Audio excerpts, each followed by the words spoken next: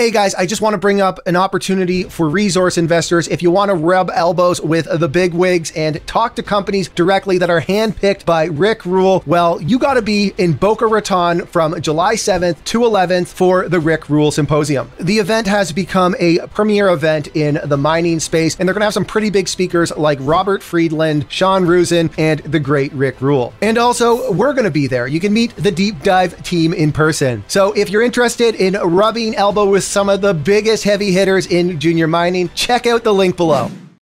Good afternoon, everyone. Today I'm chatting with Shawn Khunkhun from Dolly Varden Silver. In this interview, we discuss what's happening in the Canadian junior markets and what it's going to take to get more capital inflows into the space that's going to create more wealth opportunities for retail investors. We also get into the silver market, where Shawn thinks it could be heading, and we discuss Dolly Varden, who has a pretty big project with lots of silver and gold in the Golden Triangle. All right, everybody, enjoy the interview. Shawn, thanks so much for joining us today. Thanks for having me on. So it's a great time to have you on, being a silver company. And I say that because it felt like uranium was the hot topic in the Canadian junior markets there for about a year and a half. And I have to say, recently, things seem to be picking up in silver. If you ask me where's the hot sector moving towards right now in the Canadian junior markets, I would tell you silver. An example, we had James Anderson from Guanajuato Silver on recently back in the fall, and was very transparent about how things were going. And it was looking pretty bleak there with $18 silver. Then we had him on a couple of weeks ago, and it's like he's now the pretty girl at the dance, and he's unbelievably happy with how everything's working out. And that's not just the only example I could think of. I can name lots of silver companies we've had on. It's definitely lots of retail interest. So Shawn, I'll stop talking now, and I'm going to ask you, what's your read right now on the silver market? You think that $30 silver is here to stay? You think we can go higher? And what's your conversation like with the investor community? That's a lot to unpack. You know, I actually have a 19-year-old summer student doing an internship with us here at Dolly Varden. And I was having a conversation with this young man today, and the advice I gave him was to take a long-term view. So to take your question, you know, I look at it in a longer historical context. And so what $29 silver is telling me today is that this bull market in precious metals isn't over, number one, right? And people would say, well, Shawn, it hasn't even started. I think it has. You know, we've got record high gold prices. The fact that silver is still only trading at 60% of its all-time high tells me that it's still very, very early days. And another indicator that it's really early days is the fact that the venture exchange up in Canada, the exchange where a lot of these small cap companies are listed on, is trading lower today than it was where in the great financial crisis of 2008. So just to put some context around where stocks are today, and yes, we've had some silver companies double in the last 12 months, with the price of silver going from a $20 low in September of 2023 to a recent high of, you know, I think it was $32 here in the last couple of weeks. So yeah, we've seen some silver, we've seen the price of silver move up 25%. We've seen silver equities, you know, move up, some of them 100%. But the venture exchange is sub 600 points. This is an exchange that used to be at 3,000 points. And so we've gone from the sub basement to maybe the ground floor. Maybe we're at, you know, maybe we're in the lobby. But you know, this is a building. This is a 100-floor building, and you know, we got a long way to go. So something I think quite a bit about when it comes to the junior markets is how there's all these companies. You look at their stock charts over the last 10 years, and we're talking about the venture exchange. So I'm just going to go there. We look at a lot of these companies, and they don't work. And we often go on social media. Some people are saying, you know, save Canadian mining, and it's the nasty short sellers and the naked shorts. And then other people say, well, you know, the truth is that these management teams are a bunch of scam artists. Not that they all are. Nobody's saying that every single one is, but there's a lot of that out there. And I think we can concede there are some just genuinely bad actors out there. But when I look at a lot of what's happened in the Canadian junior markets, I don't necessarily think that the issue is that the people running the companies are terrible operators or scam artists. I think that it's just they ran out of ability to raise money. So when you look at the stock chart, they look like they were bad actors because they just ran out of firepower and the ability to raise money. How much of an issue do you think that when we look at how the TSX Venture has gone from 3,000 to 600, like you say, is just that the Canadian junior markets are broken, or how much of it do you think it's just that these are cycles and things are just about to come back?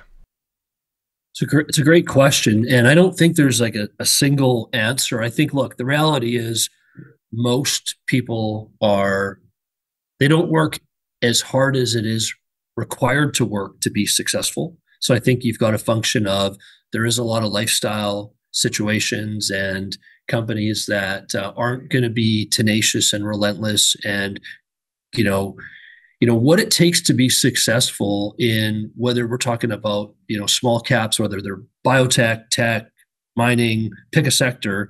It takes a very unique type of entrepreneur and mindset to have the ability to, number one, be a contrarian and come in early and come into a party when there's nothing there, and to have the the fortitude and to have the like I said, tenacity and relentlessness to stick through it. So I think there's that that work ethic. There's so many 20-year overnight success stories in this business where and so I think part of it is just the amount of effort that's required. But this is a business, I believe, that you need a lot of things to be working right. Like you need to hit the right cycle, right? You need to have the metals moving from the bottom left to the top right. It's really a function of capital flows. Like I was taught when I first got into the business that 50% of the battle is being in the right sector, right? And so, mining is very cyclical. It's capital intensive. So think about that. It's an industry where a lot of sunk capital is required, and often, you don't get paid until the future. So you look at, like, for example, a discovery. It could take 15 years to go from discovery into production. And so I just think that, and then what ends up happening is you have a lot of management teams that will come into a sector when it gets hot and try to take advantage of all that capital that's come into a tiny space. And we've seen that in the Canadian landscape. What was predominantly a mining exchange became a pot exchange. It became a crypto exchange. It became a psychedelic exchange. It became a gaming exchange. Like it's been an everything exchange. And what you see is at the peaks of those cycles, you get a lot of companies that go into that capital, and that's a recipe for capital going to die. And you make a good point. And I like to think of Australia versus Canada. Everybody talks about how the Australians love investing in mining so much more than Canada. But the Australians never went crazy with the cannabis stocks. And we think about all the money that was raised in cannabis, billions and billions and billions of dollars. And I'm not sure I can find you a company that's publicly traded in Canada that makes a material amount of cash flow. There's a few that, might make, $1 million to $5 million in operating cash flow. But for all the money that was raised, and we're talking billions and billions of dollars, there should be a handful of companies that are generating hundreds, if not billions of dollars in cash flow to justify all the money that was raised. And that's just not there. And I think you make a good point. But I want to actually pull on that thread though, in terms of Australia, because it's interesting. Like if we can agree that wealth has gone from west to east in the last couple of decades, right? You've seen, the rise of China, the rise of India, Asia, Southeast Asia, and you look at the proximity to Australia and how a lot of that capital from whether it's Korea, Japan, China, India has gone into a very, very developed, established, safe, stable mining market, right? Where you could trade the dollars that were received to sell the goods to the West into hard assets. And then you look at like the Australians have eaten our lunch, like you look at companies like Santa Barbara, Evolution, Newcrest, they've, come in and done a lot of deals in the Canadian gold space, just to name one area. So no, I think your point about how the Aussies, but I just want to say one thing. The one thing that Canadians are known for is we appreciate prospectivity, exploration, and discovery like no one else on this planet. And when I first started in my career, the Aussies were trying to list on Toronto because of that fact. And I think we've seen, I was talking to an Australian actually this morning who's based in Europe right now, and we were talking about how that cycle is now shifting, where I think because Canadian assets are so inexpensive, we are now going to see, like, we are at an absolute low for Canadian mining. It's troubling, but I think that what we need some big discoveries. And I think that the one example I talk a lot about is Great Bear. Great Bear went from, they were raising money at 25 cents, ultimately taken out. I don't know the exact price off the top of my head. It was like $30 or something like that. And there wasn't a whole lot of noise. You can go to Great Bear's YouTube page, which still exists to this day. And they were making these great videos about mining at the time. And to this day, they have like 150, 200 views. And we're talking about, they're making some of the great, one of the top mining discoveries probably in the last 3 decades.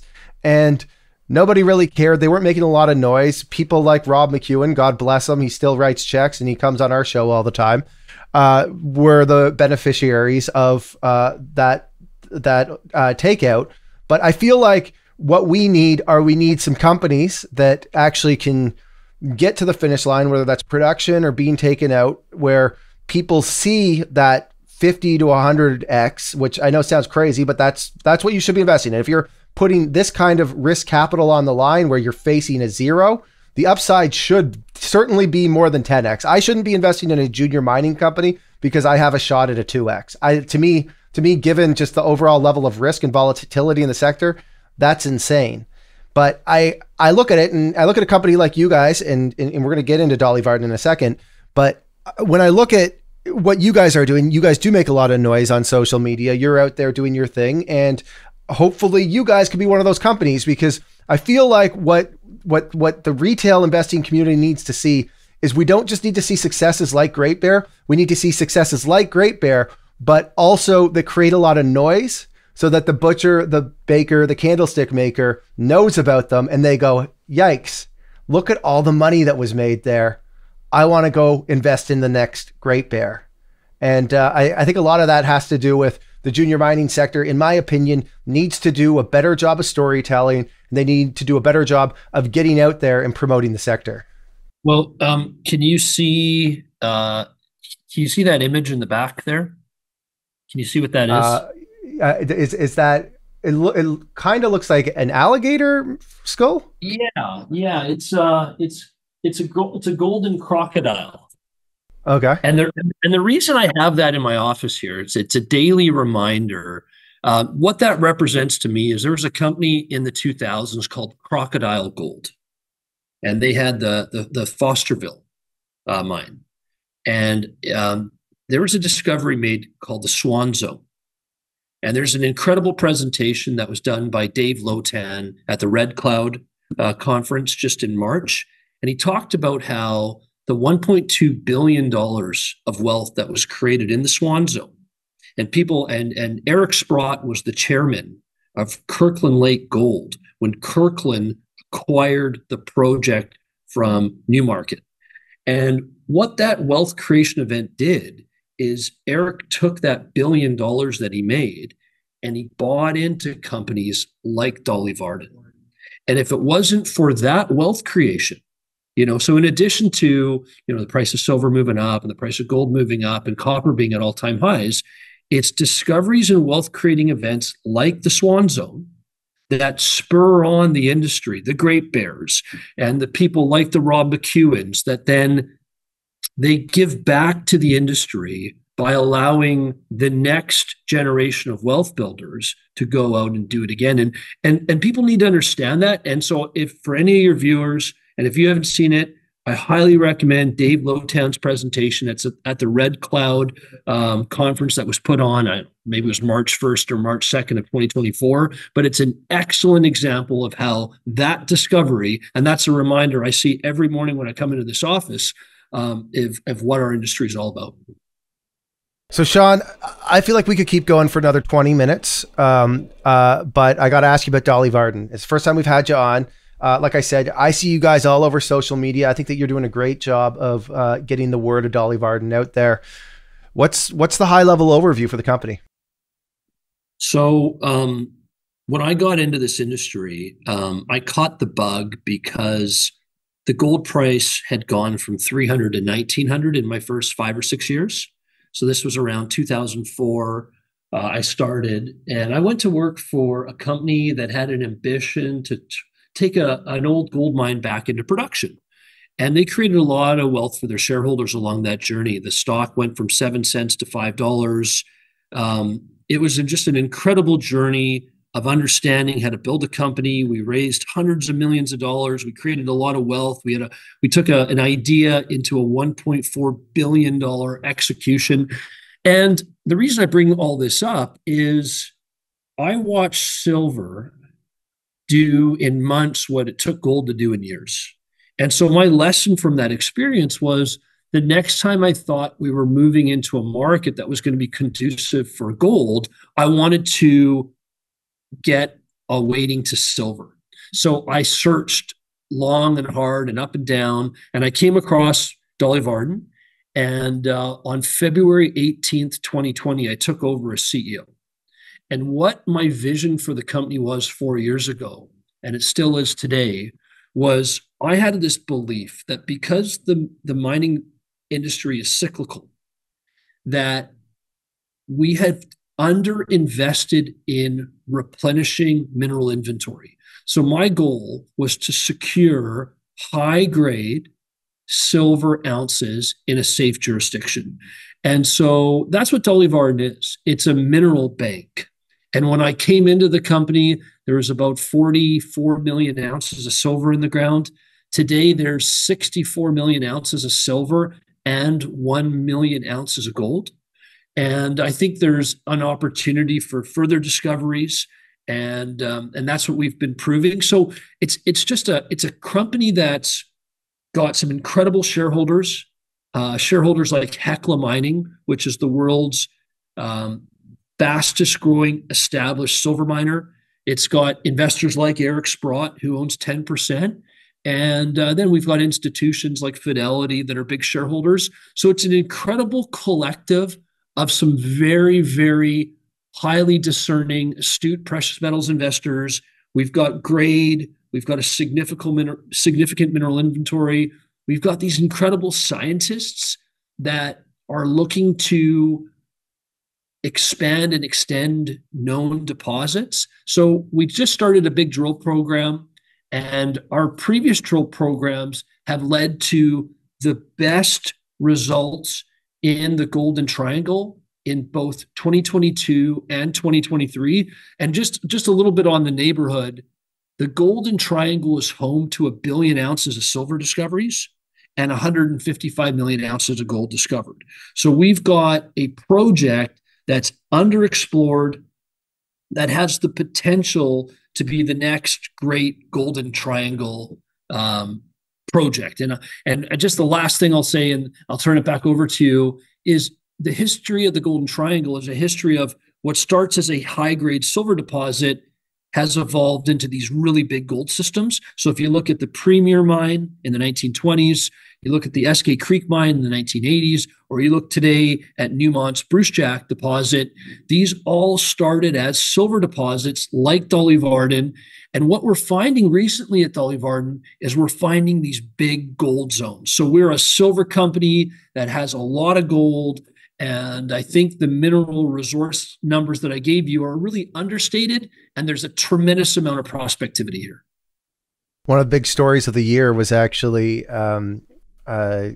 Hercules, who that was a silver story, and then they went a little bit deeper underneath that silver blanket, and what they find, what looks like a pretty gigantic copper porphyry. So you never know. You've already got something that's economic, and you never know when you put those drills in the ground what you're going to find, right? That's right. So maybe we could get into the royalty structure a little bit. What can you break down to us or for us who's got like how much you guys own of the project? My understanding here is you guys have what's called the Kitsault Valley Project, which is actually the Dolly Varden Project, and the I got it right in front of me here, the Homestake Ridge Project. So you took those two projects, the Dolly Varden and the Homestake, put them together, and that's the Kitsault project. How does that ownership break down? Do you guys own 100% of it? Are there any royalties? What can you tell us? Yeah, so like silver was first discovered here about 100 years ago. And, the Dolly Varden mine went into production in 1919. And while it was producing, it was the richest silver mine in the British Empire. And then if you fast forward to a neighboring deposit called Torbrit, it was Canada's third largest silver mine. And it went on to produce from 1949 to 1959. And really not a lot happened on the project up until a few years ago. And what we've done methodically, and the final move we made was actually just in December of 2023. But what we've done is we've systematically put together about 163 square kilometers where we have 100% interest. And it was a painstaking effort. And our geologists will go out and they'll make a new discovery, and I'll go, wow, why wasn't that discovery made before? And sometimes it's just a function of capital, but often other times it was, previous prospectors had one claim, but they didn't have the neighboring claim where the extension was made. So by systematically, tirelessly working with land management teams and putting the whole package together, we now have 100% interest of not only the Dolly Varden silver mine, not only the Torbrit mine, so these are two past producing mines, very famous mines in the area, but we also have another 5 deposits, including Homestake, that make up our 43101 compliant mineral resource. And one way to look at that resource is if you express it in a silver equivalent, it's close to 150 million ounces of silver EQ, and that's not factoring in any base metals. So a lot of silver companies will come on and they'll talk about their silver equivalent ounces, and really, they're really only 30% silver. When we talk about silver equivalent, it's 50% silver and 50% gold. We're not factoring in the copper, the lead, the zinc, or anything else.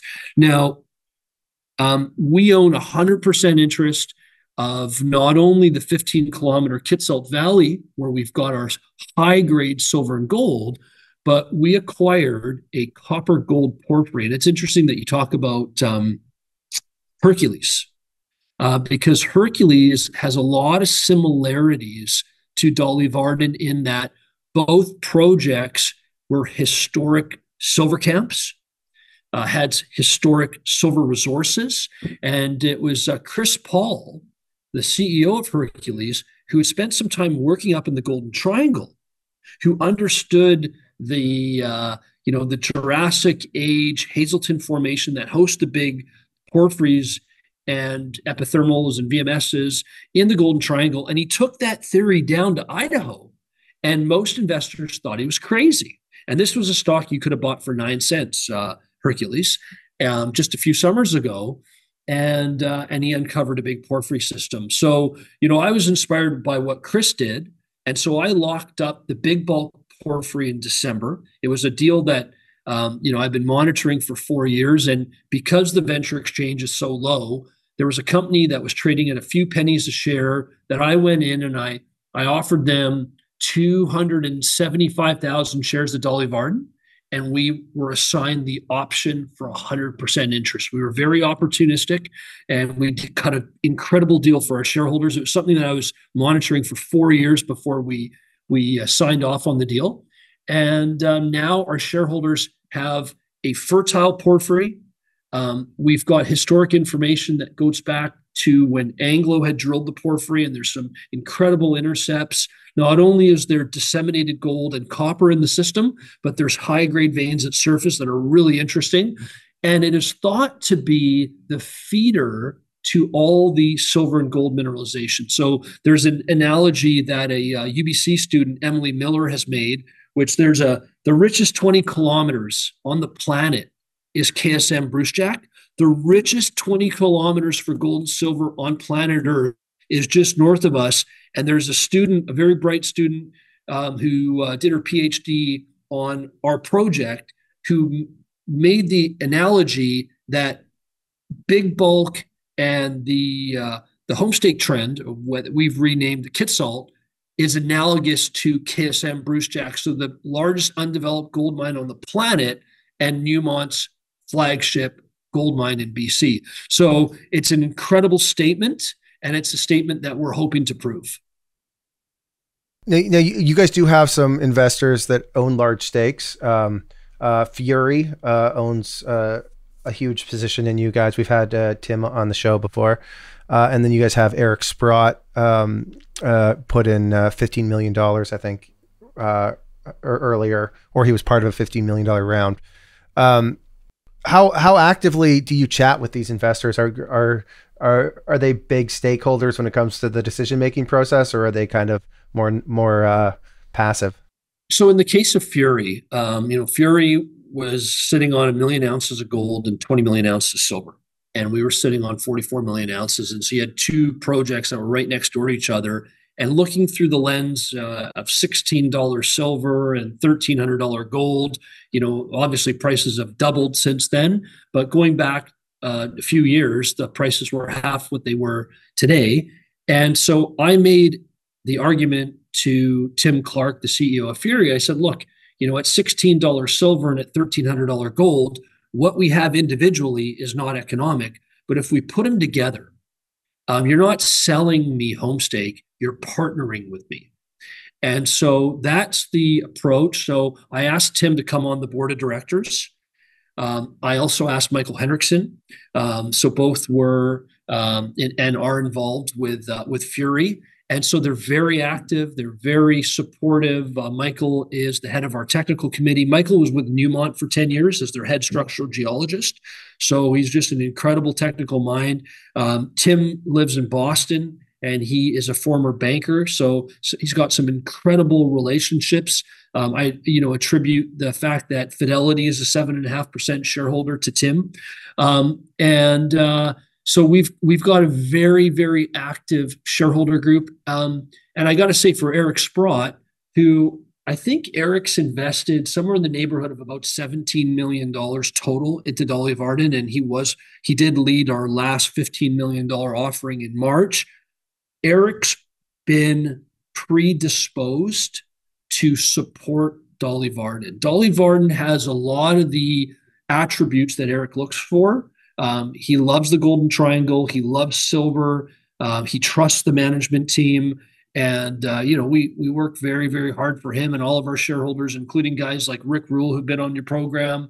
And then, we've got some big institutional ownership. About 48% of the company's held by institutions. And then you add up Hecla's 15%, it only leaves 10% in the hands of the public. So, Shaun, last question for you, and then we'll wrap it up. If I'm an investor watching, or I'm a potential investor watching, and I want to evaluate management over the remainder of 2024, what am I watching for in terms of milestones, timelines, that sort of stuff? That's a great question. Look, number one, look into our past. Judge us on what we've done with this company over the last 4 years. And, the market cap's gone from 20 million to 300 million, and the share price is up almost 500%. Now, the reason for that isn't because we've had a buoyant small cap equities, precious metals market. That hasn't been the case. A lot of my peers are down 80%. So what we've managed a very, very difficult time in a pretty elegant way. And I point to the scientists that lead our technical team and attribute all the success we've had to their efforts. What I've tried to do is put us in a position where we are operating from a place of strength with good supportive shareholders who understand how long it takes to build a company. But your question is about 2024. And we've had 3 drills turning 24 hours a day for the last 31 days. And we've got an incredibly prospective land position where we've demonstrated new discoveries and growth in both silver and gold. So I would say success for us is to continue to grow the mineral inventory, and that is by discovery. So that's something that we can approach in a disciplined manner, but ultimately we have no control over what's endowed on the project. But what we do have control over is what we do in the boardroom. And so just know that we're working tirelessly, as we did with that Homestake acquisition, as we did with the Big Bulk acquisition, where we're looking to grow regionally, we're looking to grow, and we're also having with the silver price going from 20 to 30, the amount of inbound interest we have from investors, but also corporates that are mandated by their boards and their shareholders to grow has been incredible. So I think we're going to see a flurry of M&A activity. And I think that's, I always think that, what sets the price for a company is not the buyer. It's the second highest bidder. And whether we're talking about the bid and ask in the open market, or we're talking about an M&A transaction in our future, having competitive tension is key. And that's what I'm really focused on. I've got my scientists doing what they do, and I'm working on the corporate development initiatives of exploring M&A opportunities as both predator and prey. Interesting. I've never heard anybody describe it that way, but I suppose that means that it's going to be an exciting 6 to 12 months, we'll say, for Dolly Varden. Shaun, thanks for hopping on here. It's great to chat with you. You are a very good speaker for the junior mining markets, and I think that you're in a great position right now with silver catching so much interest. We see it from our content when we're doing silver content, where we notice that we're getting a really big uptick in views and watch time and engagement. And you've spent the last few years, well, it sounds like you've been CEO for, was it about a year and a half now? 2 years, is it? Just over 4. Just over 4, sorry. So CEO of a silver company for 4 years. Now is the time that it seems like things are about to pick up, knock on wood. And I hope you really enjoy it and make some magic happen, and continue to come on here as we continue to see the silver bull market play out. Thank you so much for having me. And I'm one of those viewers. I really enjoyed the recent interview you did with Peter on talking about silver. And so I'm a fan and enjoy your content. Thanks, Shaun. All right, everybody. Thank you for watching. If you enjoyed this interview, please smash that like button, subscribe, and ring that notification bell. Also, let me know what you think in the comment section. Thanks, everyone.